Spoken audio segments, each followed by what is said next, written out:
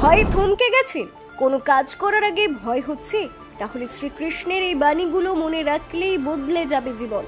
যখন সবকিছু হারিয়ে যেতে বসে, তখন শ্রীকৃষ্ণের এই কথাগুলো আপনাকে দাঁড় করাবে নতুন করে। শুধু একটি শ্লোকই বদলে দিতে পারে আপনার ভয় ভরা মনস্তত্ত্ব।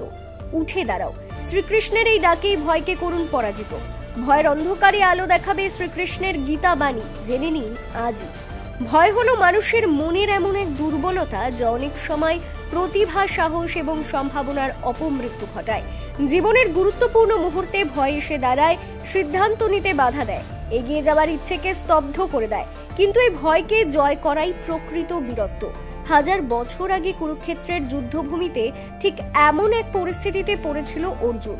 তখনই ভগবান শ্রীকৃষ্ণ তাকে যে বাণীগুলি বলেছিলেন তা আজও প্রতিটি মানুষের জীবনে গভীর তাৎপর্যপূর্ণ। সেই কথাগুলি শুধু অর্জুনকে নয়, আমাদের সকলকেই শেখায় কিভাবে ভয়, সংশয় ও দুর্বলতাকে পেছনে ফেলে সাহসিকতার পথে এগিয়ে যেতে হয়। গীতার 2য় অধ্যায়ে শ্রীকৃষ্ণ অর্জুনকে বলেছিলেন, এই নপুংসকতা তোমার মধ্যে যেন না আসে। এ ধরনের দুর্বলতা একজন ক্ষত্রিয়ের, একজন যোদ্ধার, একজন দায়িত্ববান মানুষের কাছে কখনোই গ্রহণযোগ্য নয়। হৃদয়ের এই সাময়িক দুর্বলতা ত্যাগ করো, উঠে দাঁড়াও এবং নিজের কর্তব্য পালন করো। এখানে ভগবান বোঝাতে চেয়েছেন, ভয় হলো আত্মার দুর্বলতা, মনের অপূর্ণতা, আর নিজের কর্তব্য পথে এগিয়ে যাওয়ার একমাত্র উপায় হলো সাহসকে আঁকড়ে ধরা। জীবনে বহুবার এমন সময় আসবে যখন সামনে অজানা ভবিষ্যৎ, অনিশ্চয়তা বা বিপদের আভাস দেখে আমরা থমকে যাই। মনে হয়, পারবো তো? ভুল হবে না তো? এই সন্দেহ, এই আতঙ্কই আমাদের আটকে রাখে। কিন্তু শ্রীকৃষ্ণ বলেন, কাজ করো, ফলের আশা বা ভয় না করে। তিনি গীতায় বলেন, কর্মে তুমি অধিকারী, ফলে নয়। অর্থাৎ আমাদের কাজ করাই কর্তব্য।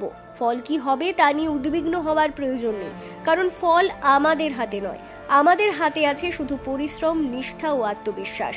ভয় তখনই জন্ম নেয় যখন আমরা ফল নিয়ে ভেবে বসি। কিন্তু যদি আমরা শুধু নিজের কাজটুকু করি মন থেকে, শ্রদ্ধা থেকে, তাহলে ভয় আপনা আপনি সরে যাবে।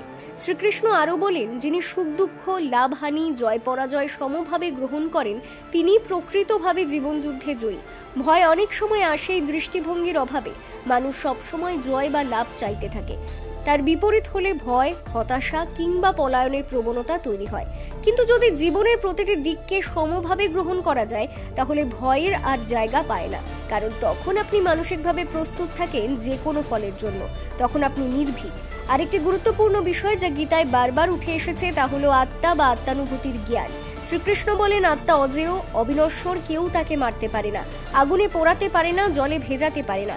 যখন একজন ব্যক্তি নিজের আত্মার শক্তিকে উপলব্ধি করে, তখন সমস্ত ভয় ধুয়ে যায়। কারণ তখন সে বুঝতে শেখে শরীর ক্ষণস্থায়ী কিন্তু আত্মা চিরন্তন। এই উপলব্ধি মানুষকে গভীর সাহস দেয়। তখন মৃত্যু বা ব্যর্থতার ভয়ও তার মানসিক অবস্থাকে নাড়াতে পারে না। ভয় হলো সেই ছায়া যা আলো না থাকলে বড় হয়, কিন্তু আত্মজ্ঞানের আলোয় ভয় ক্ষয় হয়ে যায়। এই আলো জ্বালাতে হয় ভেতরে, ধ্যান, সাধনা, আত্মবিশ্বাস এবং সৎকর্মের মাধ্যমে। শ্রীকৃষ্ণের কথাগুলো যেন এই আলো জ্বালানোর উপায়। কেবল বিশ্বাস করতে হয় তার প্রতিটি বাক্য এক একটি শাশ্বত সত্য। গীতার প্রতিটি শ্লোক যেন এক একটি অস্ত্র যা ভয়কে জয় করার শক্তি যোগায়। এভাবেই গীতা আমাদের শেখায়, ভয় আসবে, কিন্তু তাকে সাদরে গ্রহণ করে বুদ্ধি ও সাহসে জয় করতে হবে। কারণ জীবন মানে সংগ্রাম, আর সংগ্রামের মাঝেই রয়েছে আত্মপ্রকাশের সৌন্দর্য। তাই যখনই ভয় আসে, মনে রাখতে হবে এই মুহূর্তটি কেবল একটি পরীক্ষার সময়। আর সেই পরীক্ষায় উত্তীর্ণ হওয়ার জন্য শ্রীকৃষ্ণের বাণীগুলোই হতে পারে আপনার সবচেয়ে বড় আশ্রয়। স্মরণে রাখতে হবে, শ্রীকৃষ্ণ শুধু এক দেবতা নন, তিনি এক চিরন্তন দার্শনিক সত্য, এক এমন গাইড যিনি আমাদের জীবনযুদ্ধে বারবার উৎসাহ দেন, সাহস দেন আর বলিষ্ঠ পায়ে এগিয়ে যাওয়ার পথ দেখান। ভয়কে যদি আপনি তার শিক্ষার আলোয় দেখেন, তবে সে আর আপনার পথের বাধা নয়, এক নতুন অধ্যায়ের সূচনা হয়ে উঠতে পারে।